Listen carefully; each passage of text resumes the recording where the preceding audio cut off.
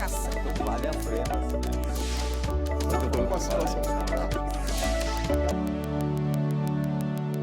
Olá, o programa em discussão de hoje fala sobre parlamentarismo.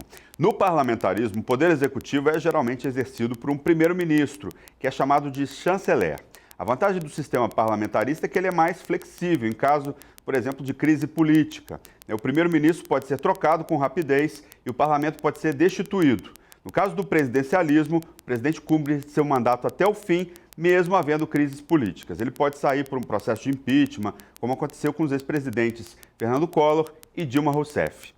Muita gente não sabe, mas o Brasil, na sua história, teve 3 períodos parlamentaristas. O primeiro foi em 1847, o Brasil ainda tinha um imperador e vivíamos uma monarquia. Era o início do segundo reinado. A segunda experiência parlamentarista no Brasil aconteceu nos anos 1960, mais de 70 anos após a proclamação da República no país. Em 2 de setembro de 1961, o Congresso aprovou a adoção de um regime parlamentarista no país. Com a medida, João Goulart continuou como presidente, mas teve seus poderes reduzidos. Os poderes retirados do presidente foram repassados para o primeiro-ministro. Nesse período foram 17 meses de parlamentarismo. O Brasil teve 3 primeiros ministros, que foram Tancredo Neves, Brochado da Rocha e Hermes Lima.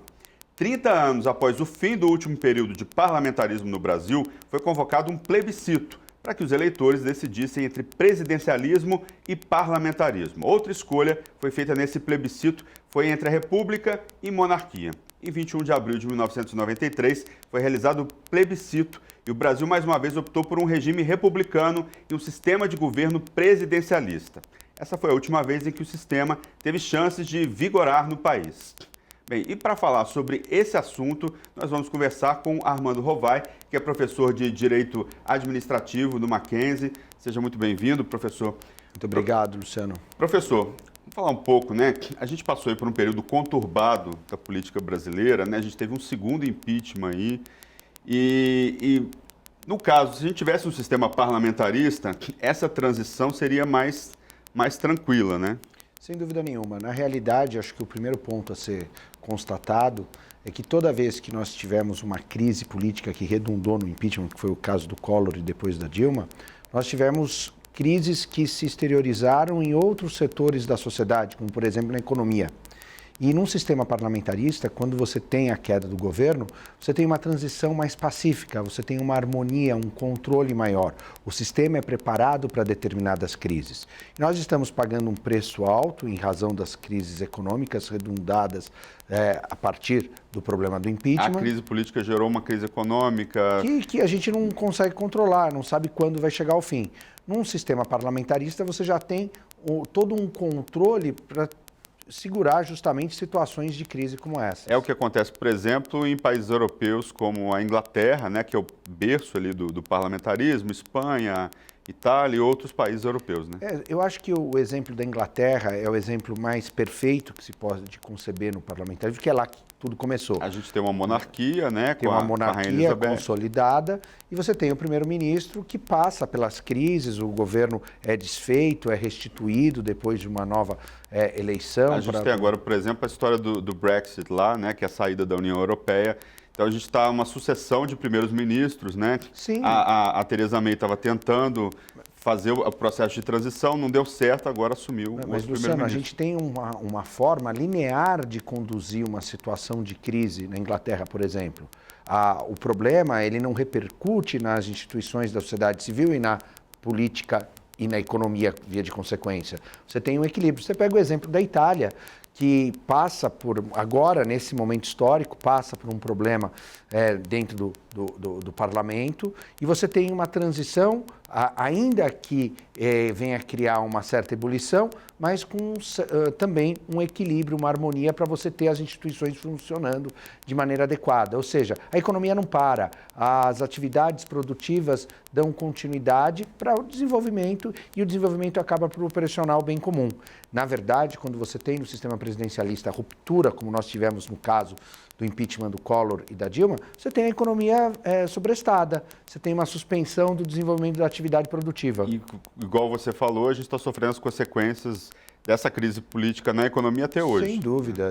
Olha, quando a crise se instalou em 2014, 2013, final de 2013, 2014 especificamente, até hoje o Brasil não recuperou a capacidade produtiva que tem. E isso reflete nos quase 14 milhões de desempregados que temos hoje. Agora, professor, uma pergunta. O Brasil está preparado hoje, nesse momento político, para, por exemplo, adotar um sistema parlamentarista? Olha, Luciano, se você fizesse essa pergunta para mim até 2014, eu diria que sim, absolutamente as instituições estavam suficientemente fortalecidas. Eu tenho um pouco de receio nesse momento histórico, político e econômico em dizer que nós estamos plenamente preparados, porque passamos por momentos de crise aguda. Isso é exteriorizado na forma com que os representantes do governo acabam colocando as suas ideias, as suas exposições. Nós vivemos um momento hoje onde as instituições são emparedadas, de certa maneira. São emparedadas em razão de discursos muito fortes de algumas pessoas do governo. STF, Congresso Nacional... Eu vejo o judiciário sempre como um elemento fundamental para manter o equilíbrio. Eu acho que o nosso judiciário ele tem se mantido, apesar de todas as crises, todas as dificuldades, o poder judiciário entre os poderes é aquele que tem se mantido de uma maneira mais isenta, imparcial, como tem de sê-lo. Eu vejo mais no poder executivo. A representação do poder executivo hoje verticalizando muito o discurso e limitando a pluralidade de ideias. Veja, nós não podemos esquecer que nós vivemos numa democracia. A democracia é constituída com ideias divergentes e que são tratadas pelo governante, que exerce uma função que é a política. E o que é a política? A arte de governar. E a arte de conciliar também. Sim, mas o que a gente vê são discursos hoje verticais e que isso, de certa maneira, se coloca dentro da sociedade civil, dentro das instituições, de uma maneira muito verticalizada, muito levada para um âmbito muito específico que pode criar determinados desajustes, desequilíbrios, é inapropriado, enfim, não é adequado. Você acha que a população brasileira sabe hoje o papel do parlamento, a importância do parlamento, ou a população, de uma maneira geral, confunde o papel do executivo com o parlamento? São 3 fatores. O primeiro deles é educacional. Nós deveríamos incentivar a instrução, a educação do povo brasileiro em todos os níveis, em todas as instâncias, inclusive incutindo as determinadas competências de cada governo, de cada repartição, de cada sistema, de cada regime. Seria fundamental que nós instruíssemos a população no seu todo das suas funções respectivas. Primeiro ponto, educacional. Segundo, sem dúvida nenhuma, eu acho que não. A população, na sua grande maioria, desconhece as atribuições do Poder Legislativo, que forma o parlamento. Porque o Poder Legislativo deveria funcionar absolutamente para promover a feitura de leis atuais, consentâneas com o momento histórico, político e econômico, e também fiscalizando o Poder Executivo. E, na verdade, Luciano, o que a gente tem é um Poder Legislativo que elabora leis, criando uma hiperinflação legislativa. Nós temos hoje, no ordenamento jurídico nacional, mais de 5 milhões de normas em vigência. Quer dizer, você não tem a estruturação da criação de normas com determinado cuidado, determinado apelo para questões concretas. O senhor quer dizer que elabora-se a norma, elabora-se a lei, o projeto de lei, e não se estuda a legislação que existe em volta, não se estuda a constitucionalidade dessa legislação? Não só isso, o cenário da aplicabilidade dessa lei. Aqui, algum legislador, algum parlamentar, representante do povo, dignamente eleito, totalmente legitimado para a função, mas ele pensa uma determinada legislação. Não há um estudo suficiente daquilo que pode impactar naquela legislação quando operacionalizada. O senhor tem um exemplo prático, por exemplo? Eu tenho, por exemplo, questões que envolvem determinadas práticas legais. Vamos pegar no âmbito judicial, determinada legislação nova que vai impactar no processo civil. Se cria determinada medida e não sabe exatamente qual a consequência. Para se saber exatamente a consequência, deveria ser feito um estudo empírico, estatístico, para criar maior grau de previsibilidade, segurança e uniformidade das decisões judiciais. Isso impacta de maneira muito forte, Luciano, no ambiente de negócios do país. Porque quando você não tem um cenário com a devida qualidade de segurança jurídica, previsibilidade, um ambiente de negócios adequado, você acaba retraindo investimentos e impedindo que a atividade produtiva se desenvolva. Então isso tudo acaba se refletindo também na economia e isso acaba atrasando um pouco aí o desenvolvimento de alguns setores. Luciano, a gente vive um momento histórico, político, muito estranho, porque hoje se cria a marca da ideologia. Na verdade, se desconhece o sentido da ideologia. Ideologia significa conjunto de ideias que representam valores de um determinado momento histórico. Quando se coloca a expressão ideologia na boca dos nossos governantes, se atribui a uma dualidade esquerda-direita. Ora, esse é um discurso cabível há 30 anos atrás. Mas a gente está num momento de polarização muito forte. Polarização, né? Mas é anacrônico, não é adequado. Nós não deveríamos estar, nesse momento, discutindo ideologia de esquerda ou ideologia de direita. Que momento que a gente deveria estar? A gente deveria estar implementando, incentivando a atividade produtiva.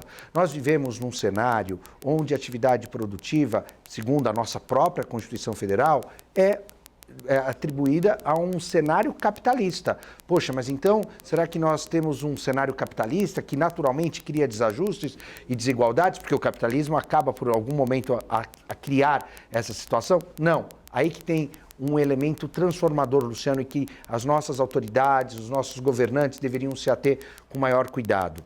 Quando nós incentivamos a liberdade de iniciativa, que é um fator capitalista, é um modo de produção absolutamente capitalista, não há dúvida, mas quando nós incentivamos a liberdade de iniciativa para a produção, para a empresa, nós temos uma transformação. Essa transformação, tecnicamente falando, chamaria-se função social da empresa. Mas o que significa isso? Em outras palavras, você cria empregos que pagam salários dentro de um cenário de dignidade. Quer dizer, então, eu já chamo a atenção para um outro fator importante que deve ser dignificado, que é a dignidade humana, que deve ser atendido. Então, eu tenho o emprego, eu tenho a empresa produzindo, eu tenho o fornecedor dessa empresa que vai desenvolver atividades específicas, eu tenho todos esses elementos orbitando na atividade produtiva. Nesse contexto, Luciano, eu tenho o pagamento de impostos. Impostos que devem ser revertidos para segurança, saúde, saneamento básico, infraestrutura. Quer dizer, Luciano, a partir do momento que eu tenho atividade produtiva que se iniciou dentro de um cenário de liberdade de iniciativa egoístico, capitalista, mas ele se transforma na função social da empresa e isso significa bem comum, porque todos acabam tendo as positividades da atividade sendo produzida e desenvolvida. Atenção só, Luciano, isso não quer dizer que nós possamos destruir o meio ambiente. Isso não quer dizer que a gente possa depredar as conquistas, as garantias fundamentais e sociais que nós conseguimos angariar nos últimos 30, 40 anos. Por óbvio que a atividade produtiva ela tem que ser fomentada, privilegiada, mas respeitando acima de tudo o meio ambiente, porque sem meio ambiente eu não tenho a continuidade da espécie humana e eu tenho que dar garantia de continuidade dos direitos e garantias sociais que foram arduamente conquistados pelo brasileiro. Você está falando um pouco disso tudo aí, de estado de bem-estar social, né, no Brasil. Você acha que a gente vive esse estado de bem-estar social ou ao contrário, a gente está num estado de mal-estar social? Eu acho que a gente vive num estado de um mal-estar social.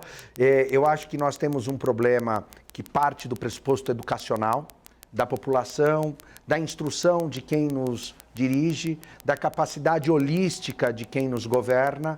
Eu acho que a gente tem alguns problemas nesse sentido, mas essencialmente eu acho que o principal elemento que a gente tem que trabalhar, Luciano, é no sentido de trazer um aperfeiçoamento de determinadas principiologias. Por exemplo, a liberdade de iniciativa.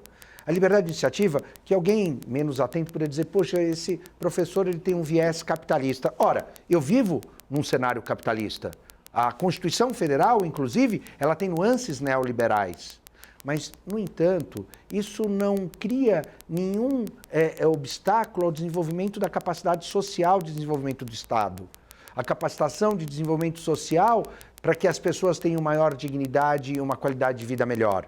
Porque quando eu incentivo a liberdade de iniciativa através do empreendedorismo, através da empresa, eu tenho uma capacitação também de melhoria de qualidade de vida das pessoas que estão hoje à margem da sociedade.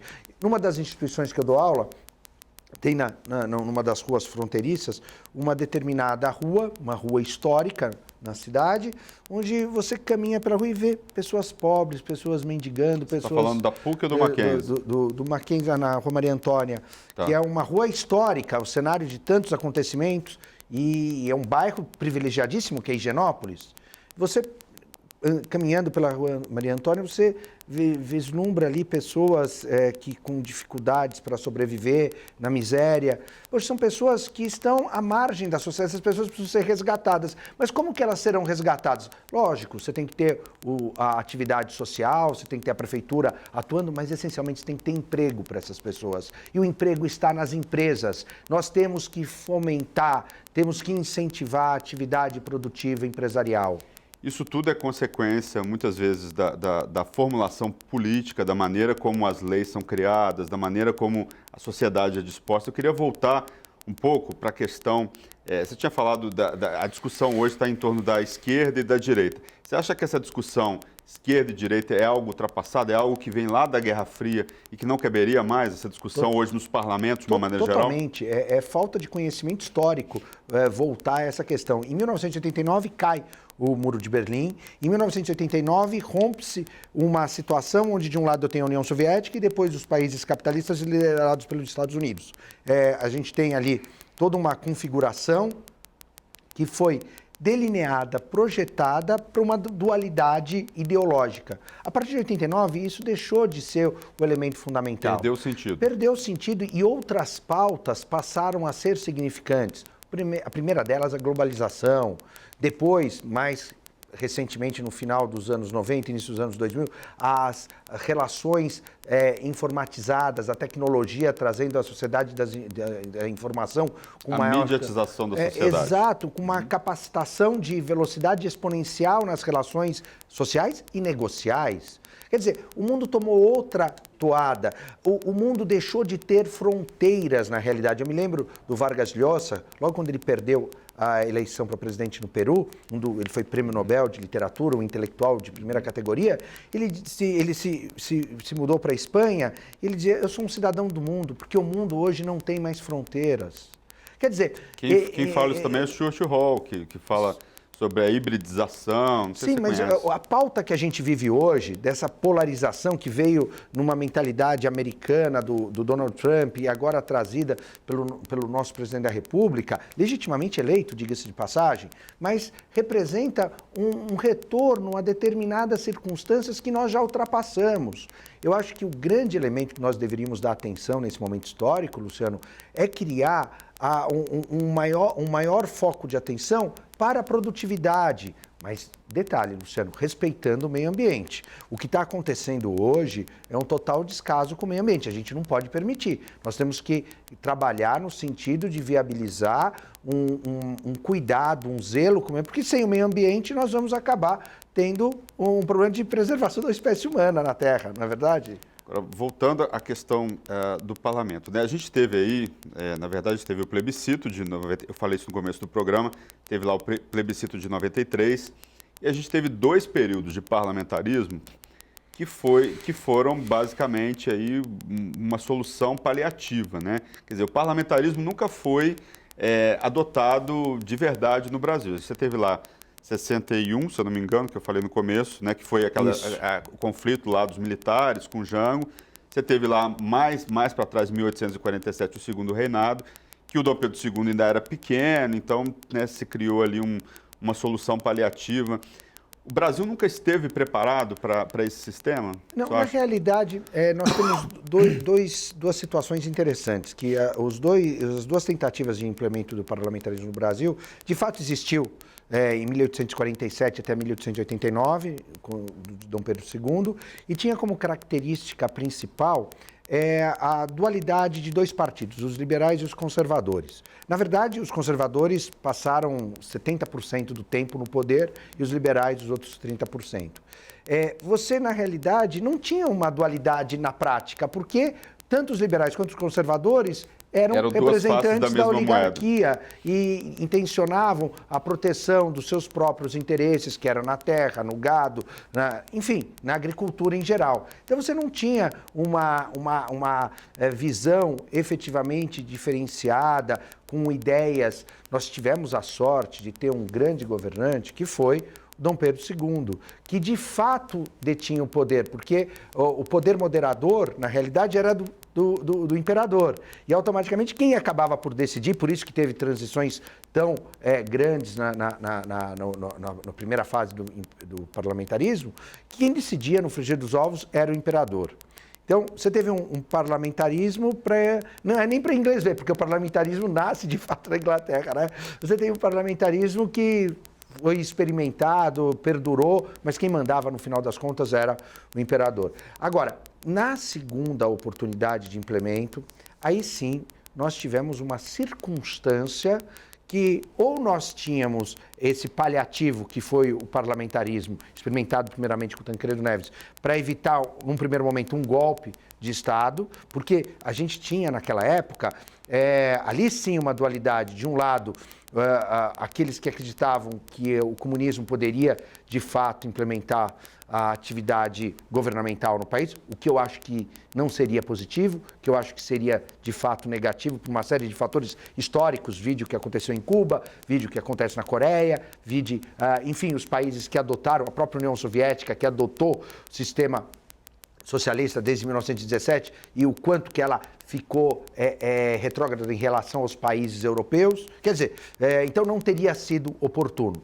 E de outro lado você tinha um regime de direita, onde os militares tinham interesse ali de manter um regime que eu entendo mais focado para as liberdades individuais, que depois retrocedeu com os atos institucionais, com um dia terrível que foi o ato institucional número 5, dia 13 de dezembro de 68, que é um dia para ser esquecido, porque justamente ali nós perdemos todos os nossos direitos e garantias fundamentais. Mas, enfim, como tudo na vida é um pêndulo, vai para um lado, vai para o outro, para até achar o equilíbrio que foi reconquistado justamente na redemocratização do país, a partir de 85, com a eleição indireta para presidente da República, e se consolidou em 89 com a eleição para presidente, onde o Collor foi eleito e acabou ocorrendo o impeachment, toda aquela história que nós conhecemos. Mas tudo isso demonstrou que o regime presidencialista, ele funciona quando as instituições são fortalecidas,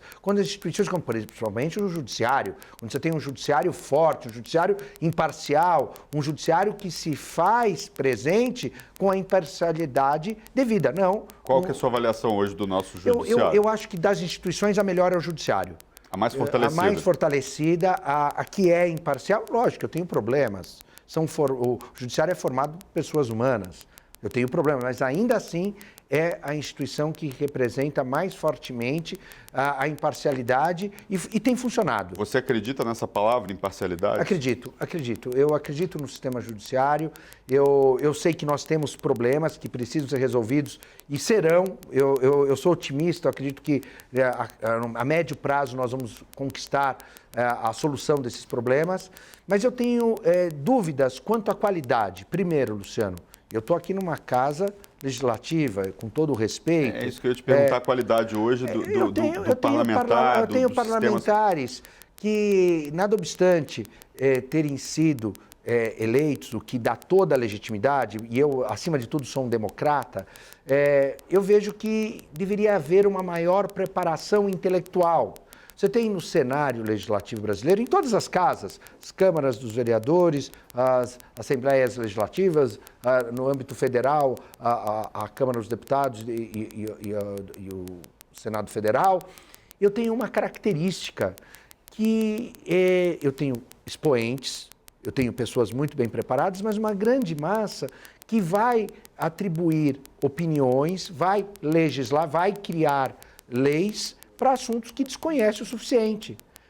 Tem uma assessoria. Até que ponto a assessoria está habilitada para assessorar suficientemente? Se tivesse, nós teríamos leis melhores. Aliás, Luciano, eu volto a dizer, nós vivemos um estado hoje onde há uma hiperinflação legislativa. São 5 milhões de normas em vigência. Como que eu consigo aplicar todas? Só para você ver a qualidade dessas normas, a quantidade de normas, a qualidade e a quantidade, veja só alguns números. Eu tenho 27 unidades federativas. Eu tenho legisladores no Brasil, entre as câmaras dos municípios, as assembleias legislativas, eu tenho 60 mil legisladores. Ora, eu tenho 18.500 juízes para aplicar as leis produzidas por esses 60 mil legisladores. Aconteceu comigo outro dia num debate, eu estava com uma determinada vereadora, não vou citar o nome, e falava sobre alguns assuntos que afetavam a cidade, e aí, muito voluntariosa, a vereadora, ela já se antecipou e falou, não, vamos criar uma lei para isso. Eu falei, vereadora, é justamente o que eu não estou propondo, não é a criação de lei, é a aplicação da lei, ou melhor, que, no caso, a Casa Legislativa do município faça uma outra atribuição que também lhe cabe, que é fiscalizar o Executivo. Às vezes, o legislador deveria, ao invés de criar normas que serão pouco aplicadas por conta da sua dificuldade, a sua anacronia, por conta da falta de conhecimento dos casos, devia fiscalizar a aplicação dos atos praticados pelo Executivo. Isso acontece, de uma maneira geral, na sua opinião? Se acontecesse, nós não teríamos os problemas que nós temos hoje. Nós precisaríamos ter, justamente, uma participação ativa nessa fiscalização, ao meu ver. Você falou da qualidade dos parlamentares, né? Como é que é isso, por exemplo, em outros países? Assim, a gente não tem também essa... Olha, Luciano, eu acho que tudo parte do primeiro elemento que nós começamos a conversar, educacional. A nossa população precisa ser instruída, precisa ser tratada com a dignidade educacional que merece.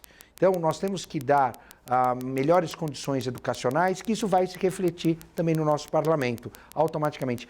Veja, os anos 80 ficaram muito marcados para mim, numa configuração do Brasil, onde o Brasil era comparado com outros países que naquela ocasião chamava-se de subdesenvolvidos, entre os quais havia um pequeno país na Ásia também subdesenvolvido, a Coreia do Sul.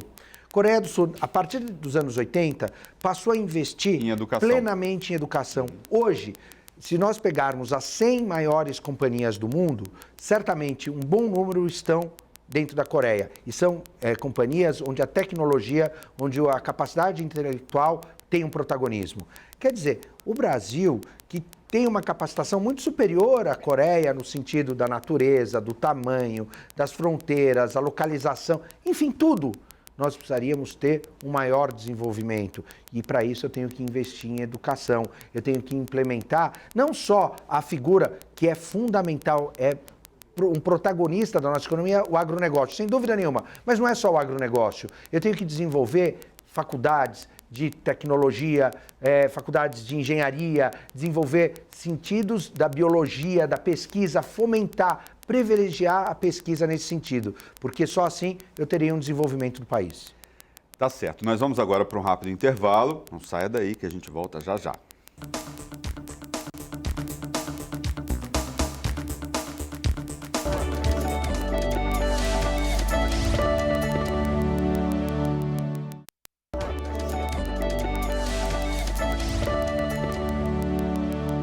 Estamos de volta com um programa em discussão que hoje fala sobre parlamentarismo. Aqui no estúdio, Armando Rovai, que é professor de Direito Administrativo e Empresarial do Mackenzie.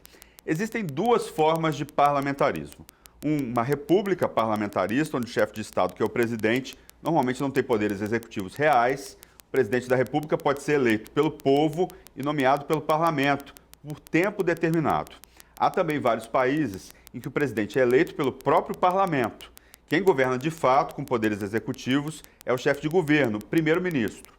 Nas monarquias parlamentaristas, o chefe de Estado é o monarca, o rei, né, que assume a forma hereditária, não possuindo aí poderes executivos.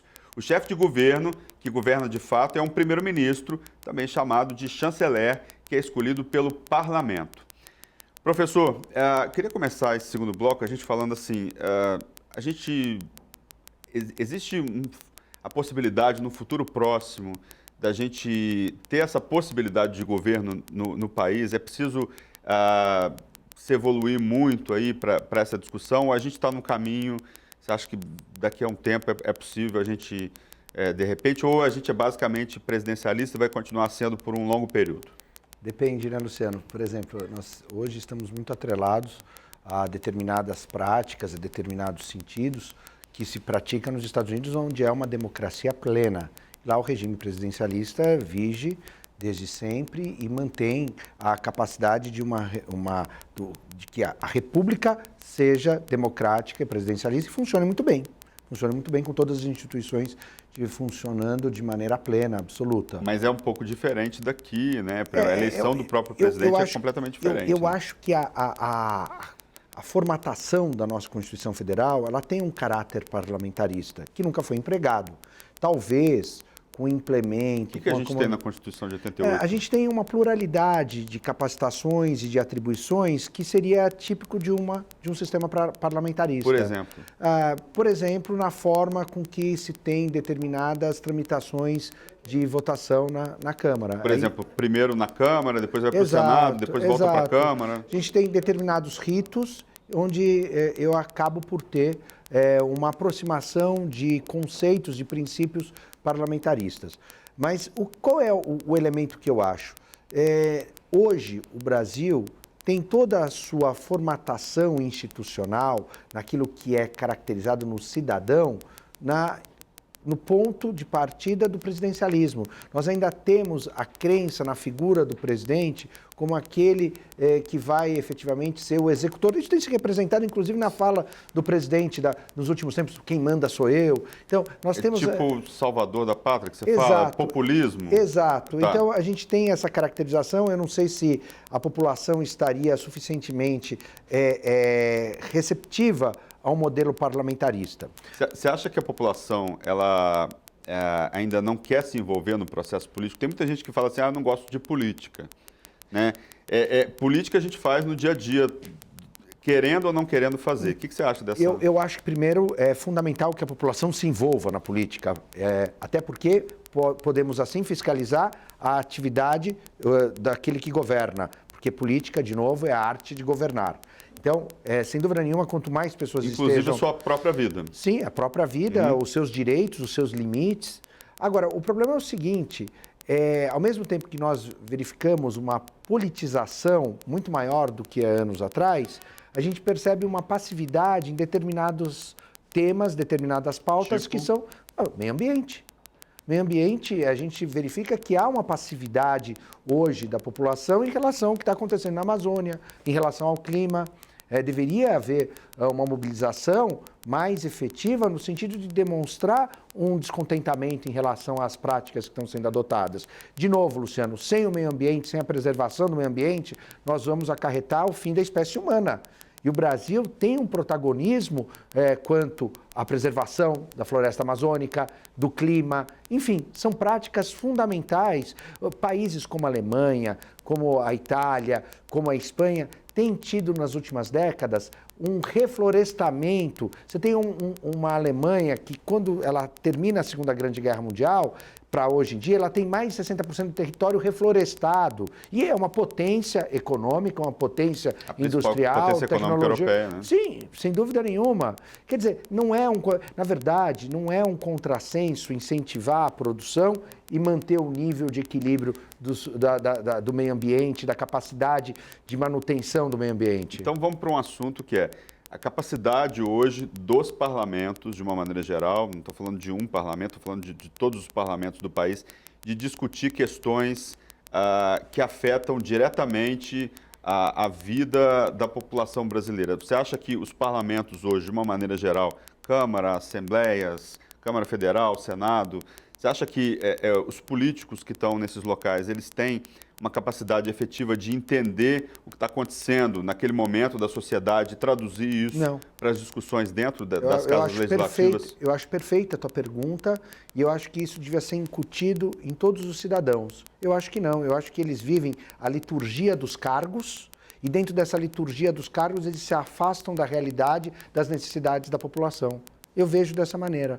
Eu vejo que, na verdade, com exceções, é lógico, você sempre tem pessoas envoltas, pessoas que são acometidas de todos esses pleitos, esses anseios sociais, negociais, que um não se separa do outro, mas, grosso modo, você verifica as várias casas legislativas do país tratando de assuntos que não são pauta necessária do dia a dia. Mas, acima de tudo, se nós tivéssemos um modelo parlamentarista, e eu acredito nisso, certamente nós teríamos uma fiscalização da população acerca de... Até porque nós deveríamos ter um outro apelo na forma da escolha dos nossos representantes. Por exemplo, um voto distrital. Seria muito mais condizente para que nós, enquanto cidadãos, pudéssemos fiscalizar as práticas. Isso está sendo discutido na reforma política, né?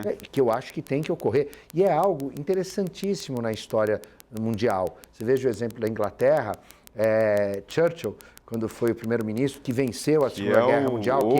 O exemplo de primeiro-ministro da história. Exemplo de primeiro-ministro de otimismo, de dignidade, enfim.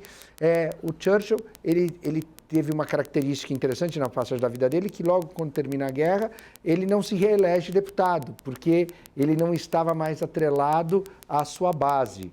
E acabaram escolhendo outra pessoa ali para representar daquele distrito, enfim, e depois só posteriormente que Churchill volta ao poder.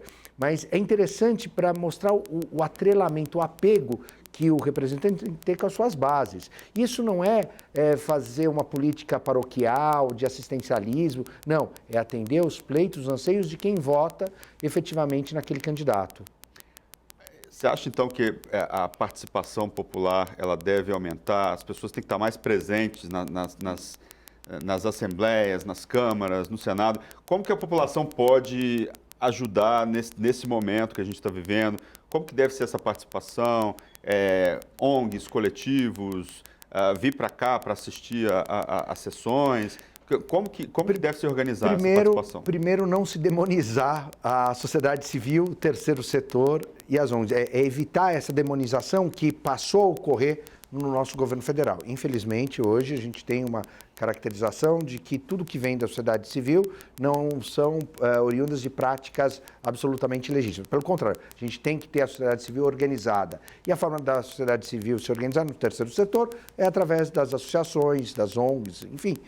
Então, tem que ter um incentivo, tem que ter total escancaramento, abertura de participação das entidades do terceiro setor, sem dúvida nenhuma, e você tem que ter efetivamente o governo governando de acordo com as práticas que são aquelas já tidas no governo desde a sua eleição, aquela pauta que já foi delineada anteriormente. Eu não vejo problema nenhum, eu acho legítimo isso. O governo tem que cumprir aquilo que prometeu para o seu eleitorado, sem dúvida nenhuma. Mas eu tenho que ter a participação, eu tenho que ter a pluralidade de ideias. Eu não posso ter a arrogância vertical de um governo onde tem uma visão autoritária de como governar. Eu tenho que ouvir, eu tenho que saber ouvir, e aí eu mensuro a capacidade que eu tenho para atuar, para atender a todos os anseios. Nós vivemos num país de mais de 200 milhões de pessoas. As 200 milhões de pessoas são brasileiros, dignos e detentores da cidadania devida.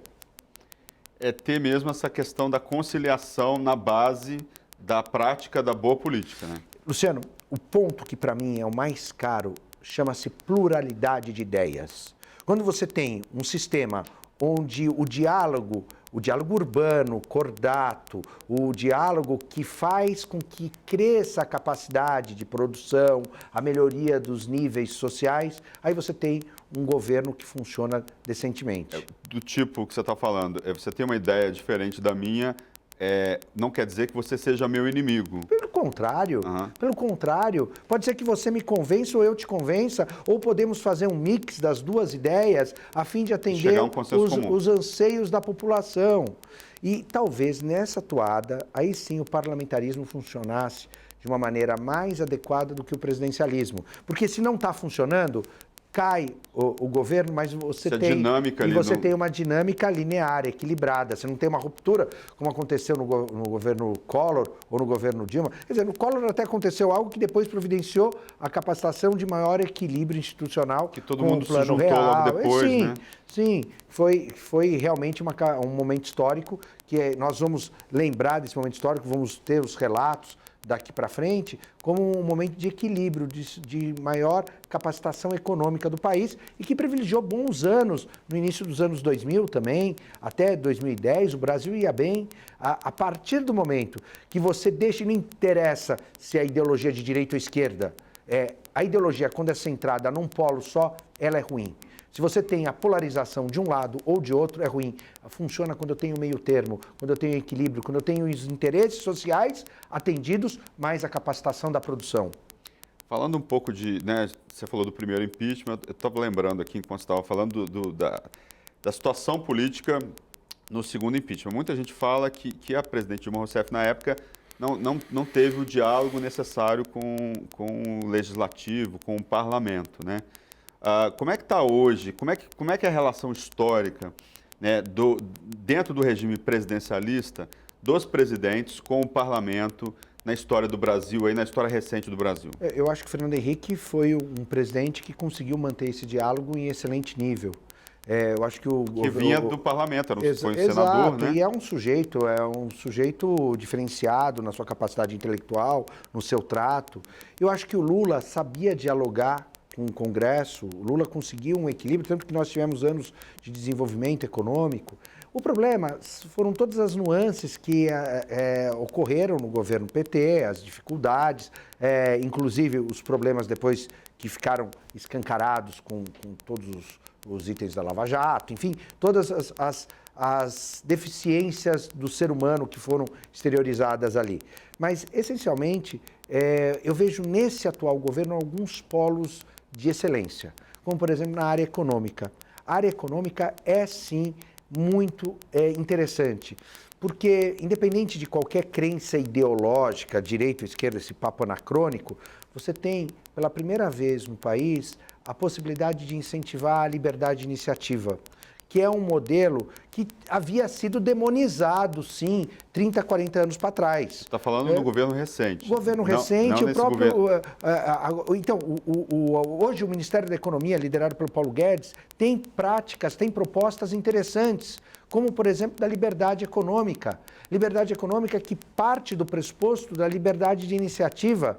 Aí fala, poxa, mas esse cara está com um discurso capitalista? Pois é o cenário que eu vivo, é capitalista. Você, inclusive, está lançando um livro agora, dia 2 de setembro, né? É um livro, Aplicação dos Princípios da Liberdade Econômica no Brasil. E justamente eu trato desse fenômeno. É um livro focado também para o mercado asiático. A gente tem aqui uma produção de textos traduzidos para o mandarim. Aqui o livro tem essa característica. Já estou preocupado. Mostra a capa do livro para o pessoal em casa. Aqui ver se a gente consegue. O livro Aplicação. Fica paradinho para ele poder, a gente poder mostrar lá. Tá vendo? Está mostrando lá, Aplicação dos Princípios da Liberdade Econômica no Brasil. A gente vai fazer o lançamento agora em setembro, dia 2 de setembro, no Clube Paulistano. E a ideia é demonstrar que, na realidade, eu faço a seguinte analogia. Eu sou do tempo que os carros que eu dirigia da minha juventude eram mecânicos e com carburador. Hoje os carros são todos automáticos e com injeção eletrônica, não é verdade? E o carro com carburador tem uma característica, o carburador sujo, o giglé, que é o aparelho que a gasolina cai, ele abre para cair no motor e se transformar, portanto, na combustão, ele suja. E às vezes ele não pega. E aí o carro não funciona. O que você tem que fazer para o carro? Constante manutenção. Ou, para ele funcionar, às vezes tem que pegar uma ladeira ou pedir ajuda para algumas pessoas para empurrarem o carro, ele pega a determinada velocidade, você engrena a segunda marcha, solta a embreagem e o carro pega. Você está falando de economia agora. Eu estou falando de o carro pegar no tranco e eu estou falando que a economia brasileira, com a Declaração de Direitos da Liberdade Econômica, pode pegar no tranco, pode ser um sacolejo na economia brasileira. Mas a questão política é muito importante. A gente está vendo isso agora. Quanto que a questão política é importante nessa questão, apesar da gente ser um gigante, uma potência econômica. Mas eu acho que o Ministério da Economia tem trabalhado de maneira acentuada, pontual, específica e feito um bom trabalho. Eu acho que o que não tem sido dos mais agradáveis é a atividade realmente do meio ambiente. O meio ambiente, acho que o mundo inteiro está vendo aí uma situação desagradável para o Brasil. Eu tenho parentes na Itália, meus primos todos moram na Itália, meus tios, e eles me ligam aflitos, o que está acontecendo no Brasil. Tem aquele totem lá de Amsterdã, lá que saiu, voltou agora, que botou a Amazônia. Não sei se você já viu. Não vi. Tinha, todo mundo tirava foto, né, em Amsterdã, nesse totem, I love Amsterdã e tal. Agora botaram a Amazônia. Em vez de botar Amsterdã, botaram a Amazônia. Não, é realmente algo inacreditável que está acontecendo no Brasil. A gente teve semana passada, não nessa semana, na segunda-feira, o dia virou noite, uma coisa apocalíptica, por conta das queimadas. Quer dizer, está havendo um descaso com o meio ambiente. A gente precisa tomar cuidados quanto a isso. Por outro lado, apesar de algo muito grave, que é o que está acontecendo no meio ambiente, a gente tem práticas interessantíssimas acontecendo. Por exemplo, na economia, as pautas do Ministério da Economia, o que tem sido proposto em termos legislativos, são práticas muito interessantes. O Ministério da Justiça tem atuado de maneira muito interessante. Você pega determinadas secretarias dentro do Ministério que estão fazendo trabalhos maravilhosos. A Senacom, hoje, as secretarias que envolvem o Ministério da Justiça. Você tem no Ministério da Infraestrutura uma capacitação maravilhosa. Quer dizer, não é toda a atuada do comportamental do governo que vai mal. Não é não. Você tem práticas muito interessantes acontecendo. No parlamento agora, a gente está em discussão, né? A reforma da Previdência e disse que existe hoje um consenso para votar a reforma política e a reforma tributária, que são 3 reformas que estão aí sendo proteladas já há anos. Assim. O pessoal fala que talvez o legado desse governo seja a realização dessas reformas estruturais. Aí, né? E eu acho que vai ser super positivo. Eu acho que o Brasil ele tem tudo para decolar, mas não pode esquecer determinadas essências fundamentais. Na verdade, se todas essas práticas estivessem caminhando com a preservação do meio ambiente, nós teríamos um cenário maravilhoso nesse momento. O que eu acho que poderíamos ter? Um comedimento maior dos nossos governantes no que falam. Eu acho que respeitando a pluralidade de ideias, eu acho que isso é algo que poderia ser sopesado. E principalmente, Luciano, a gente tem que ter um cuidado maior com o meio ambiente. Professor, voltando à questão do parlamentarismo, falando dos parlamentos, a gente teve agora uma mudança significativa nessa última eleição, foi uma renovação forte dos parlamentos. Geralmente a renovação é menor, assim, né, menos de 50%. Aqui, por exemplo, na Assembleia de São Paulo, a gente teve uma renovação de 55% dos parlamentares. Né? Isso aconteceu também em outras proporções na Câmara Federal, enfim. Queria que o senhor falasse um pouco dessa renovação que aconteceu nos parlamentos e o que muda com isso nessa questão aí dos parlamentos. Na verdade, a essência do sistema republicano está na rotatividade, seja de quem exerce o executivo ou quem exerce as atividades parlamentares. Então, é essencial que haja renovação, precisa haver essa renovação. Melhor seria se ela fosse quase que completa de 4 em 4 anos, porque você teria sempre pessoas engajadas, pessoas sérias, pessoas com interesse, sangue novo para produzir atividades melhores para a população. Mas isso não quer dizer que determinados políticos que estão aí há muitos anos exercendo atividade não o façam de maneira exemplar. Existem vários casos. O que eu acho que precisaria ter, Luciano, acima de tudo, além de manter a legitimidade do voto dentro do sistema democrático, republicano, sem dúvida nenhuma. Aliás, nós falávamos no início do programa que em 93 houve o plebiscito, onde também se discutiu se era o sistema monarquista ou presidencialista, ou republicano, digo, e aqui não há dúvida nenhuma que o sistema republicano ele é muito mais condizente com a dignidade do cidadão, com as próprias premissas conquistadas na humanidade nos últimos 300 anos. Lembrando que na América do Sul, o único país que teve, durante algum tempo, a monarquia vigente foi o Brasil, né? Não, eu acredito no sistema republicano sem dúvida nenhuma. É muito mais atrelado aos ideais, às minhas visões, inclusive minhas visões iluministas aí que são desencadeadas a partir da Revolução Francesa, da capacitação do desenvolvimento da humanidade como um todo. A história explica isso, mas sem dúvida nenhuma, eu entendo, respondendo à pergunta inicial, que a rotatividade é essencial, mas para aqueles que permaneçam, que cuidem de um elemento fundamental, Luciano, as políticas públicas, que deem continuidade às políticas públicas. Um problema muito sério que nós temos no Brasil é que quem governa quer introduzir a própria face no sistema de governo. E, na verdade, o governante ele tem que continuar políticas públicas que sejam boas para o cidadão. Esse é um grande problema. Problema monstruoso. Ninguém continua a obra do anterior. Mas isso é um absurdo, porque a história dos países que dão certo desenvolve-se através da continuidade. Ora, por óbvio, se algo está absolutamente equivocado, não tem como continuar, mas por isso que você tem que ter os mecanismos necessários para não deixar fazer. Agora, destruir obras, atividades que teriam uma repercussão importante na vida das pessoas, aí a gente não pode. Para isso, eu acho que nós temos que cada vez mais deixar que as instituições se fortaleçam. E quais instituições? O Poder Judiciário, o Ministério Público, eles têm de ser fortalecidos, sim, para manter o nível de capacitação e continuidade da gestão pública. E mais, a sociedade civil. Eu vou dar um exemplo. A OAB, por exemplo, ela tem que ser incentivada, ela tem que ser cada vez mais alçada ao cenário nacional e não demonizada. Por quê? Justamente a sociedade civil, e aí os conselhos, e aí as entidades representativas, as ONGs em geral, têm que ter voz ativa sim, para fazer com que as políticas públicas continuem, as boas, é lógico, continuem a serem implementadas para melhor bem-estar da população. Essa questão do fortalecimento do judiciário, a gente está num processo de contínua valorização ou a gente agora está entrando numa outra onda, talvez de tentar tirar esse poder do judiciário? Eu acho que os limites do Poder Judiciário são estabelecidos dentro das suas funções, dentro das suas atribuições.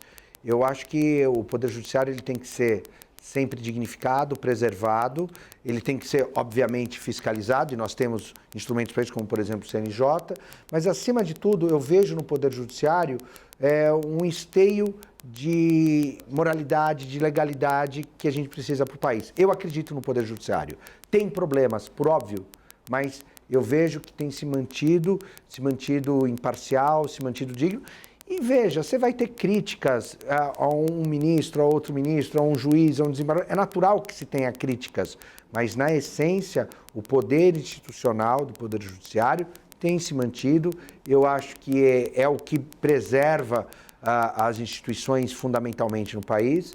Eu entendo que o Ministério Público tem que ser incentivado, tem que ser respeitado e, principalmente, a voz da sociedade civil, representada no caso, como eu sou advogado, pela Ordem dos Advogados do Brasil, tem que ter uma voz ativa, tem que ser representativa e tem que falar em pé de igualdade, assim pelo menos que a gente aprende na faculdade de Direito. As instituições têm essa característica no sistema jurídico, o advogado, o promotor e o juiz estão no mesmo grau de igualdade dentro das suas ponderações. E, lógico, quem acaba por decidir é o juiz, mas dentro dos seus limites daquilo que lhe é atribuído.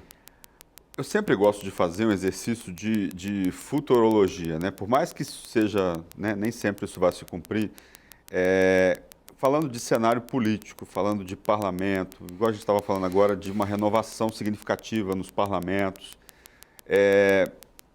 cenário para os próximos anos. Qual que é a sua opinião? Tudo pode acontecer, né? Qual que é a tendência, né? O que esses novos parlamentos estão sinalizando, apesar de ser muito cedo ainda, né? Tem menos de um ano aí, de uma maneira geral, qual que é a sinalização que está sendo dada dentro dos parlamentos e dentro desse governo atual nos próximos anos? E aonde que a gente pode chegar, né? No sentido político, no sentido de se alcançar um sistema político aí no futuro parlamentarista ou presidencialista, ou enfim, ou seja o que for? Eu acho, Luciano, se nós mantivermos as instituições e todo o cuidado na manutenção da democracia, nós temos uma ilimitação de desenvolvimento, de capacitação, de melhoria. Eu sou otimista desde que nós mantenhamos a democracia na sua plenitude. Para manter a democracia, eu tenho que ter, por outro lado, as instituições consolidadas. O Poder Executivo, o Poder Legislativo e principalmente o Judiciário, que tem que manter a imparcialidade absoluta. E tem mantido. Se nós conseguirmos essa capacitação e passarmos esse momento histórico tão complicado que estamos vivendo, eu acho que temos um cenário positivo. Só faço uma ressalva: não podemos destruir o meio ambiente. Se destruirmos o meio ambiente, nós mesmos seremos aqueles mais sofreremos os maiores danos, porque a espécie humana vai desaparecer. E o Brasil tem uma responsabilidade gigantesca, seja com a preservação da Amazônia, seja com a dignidade das pessoas humanas, cuidando da infraestrutura, cuidando do saneamento básico, práticas, discursos que até são colocados hoje na pauta governamental, mas eu tenho que preservar o meio ambiente. Isso é essencial. E aí eu vejo com otimismo, fazendo exercício de futurologia, um amigo meu costumava dizer que do futuro eu imagino que ele será completamente diferente daquilo que eu imagino que ele seja. Então, me deixa nessa dificuldade de dizer o que será o futuro, mas me dá uma noção muito otimista de que as instituições sendo mantidas e cuidando do nosso meio ambiente, a gente vai ter um futuro excelente. E eu acho que o segredo, no final das contas, é pensar no bem-estar coletivo, né? De você chegar à evolução de um estado de bem-estar social, não só para mim, para você, mas para toda a população, de uma maneira geral. A partir do momento que você incluir mais gente, você vai ter uma sociedade mais... Não é antagônico querer a atividade produtiva, o bem-estar social, não é, pelo contrário. São pautas que deveriam estar no nosso dia a dia e na cabeça dos nossos governantes, absolutamente. E acho que estão. Eu acho que, no fundo, o governo é bem intencionado. Eu acho que as falas, apesar de algumas vezes atabalhoadas, eu acho que demonstram ali que tem o interesse de realmente produzir um futuro melhor para o país, só que a gente tem que ter respeito às ideias diferentes, à pluralidade de ideias e, acima de tudo, à democracia. Tá certo. Eu gostaria de agradecer a presença do professor e o programa em discussão de hoje termina aqui. Lembrando que você pode rever todo o conteúdo no canal da TV Alesp no YouTube. Nós esperamos vocês no próximo programa discutindo um outro assunto de relevância para a sociedade. Até lá.